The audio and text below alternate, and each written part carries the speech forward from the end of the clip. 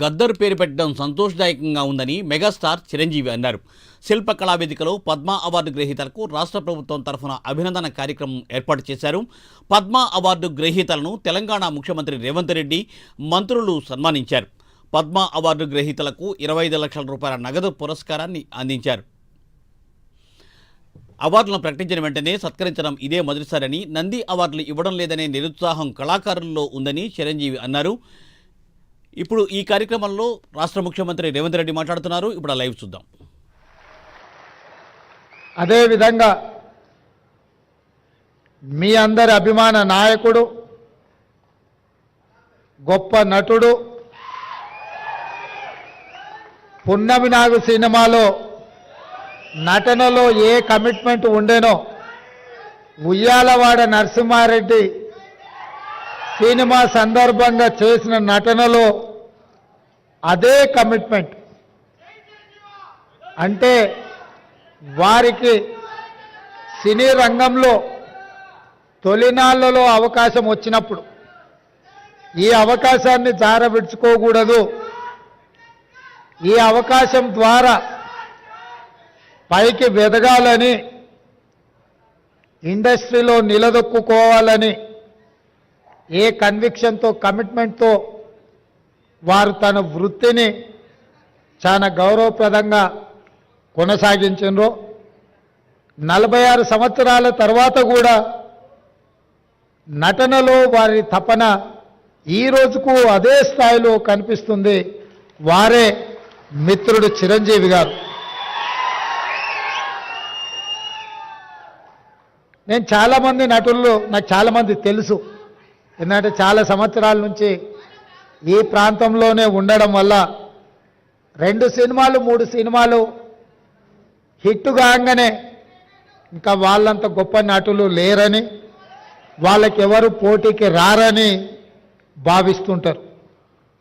కానీ 150 పైచిలకు సినిమాలలో గొప్పగా రాణించి జాతీయ స్థాయిలో, అంతర్జాతీయ స్థాయిలో గుర్తింపు పొందిన చిరంజీవి గారిలో ఈ రోజుకు ఆ కమిట్మెంట్ ఉంది. ఆ కమిట్మెంటే వారిని ఇంత గొప్పగా రాణించే అవకాశం కల్పించింది. అలాంటి వారిని మా రాష్ట్ర ప్రభుత్వం సన్మానం చేయడం అనేది మా బాధ్యతగా మేము భావిస్తున్నాం. అదేవిధంగా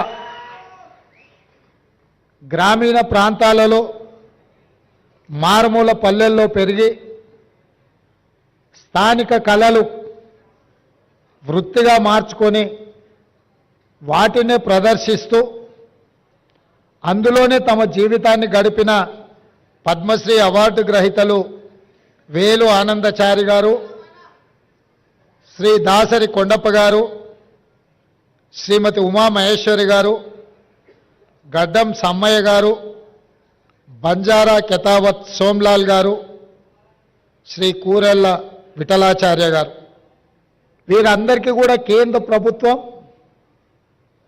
పెద్దలు వెంకయ్య నాయుడు గారు చెప్పినట్టు మట్టిలో మాణిక్యాలను గుర్తించి వెలికితీసి సానబట్టి వాళ్ళు రాణిస్తే ఈరోజు కేంద్ర ప్రభుత్వం వాళ్ళని గుర్తించి పద్మశ్రీ అవార్డులు ఇచ్చింది.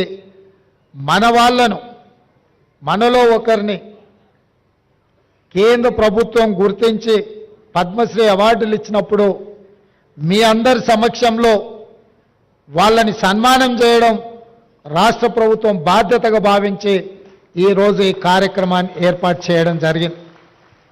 మిత్రులారా, ఈ కార్యక్రమం రాజకీయాలకు అతీతమైన కార్యక్రమం. ఈ కార్యక్రమం ఒక మంచి సాంప్రదాయాన్ని నెలకొల్పడానికి మా ప్రభుత్వం చేస్తున్న ప్రయత్నం.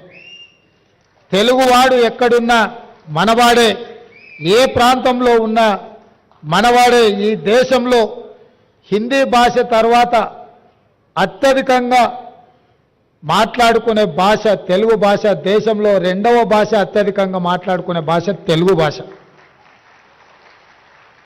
ఇవాళ మన భాష అంతరించిపోతుందేమన్న అనుమానం వస్తున్న సందర్భం.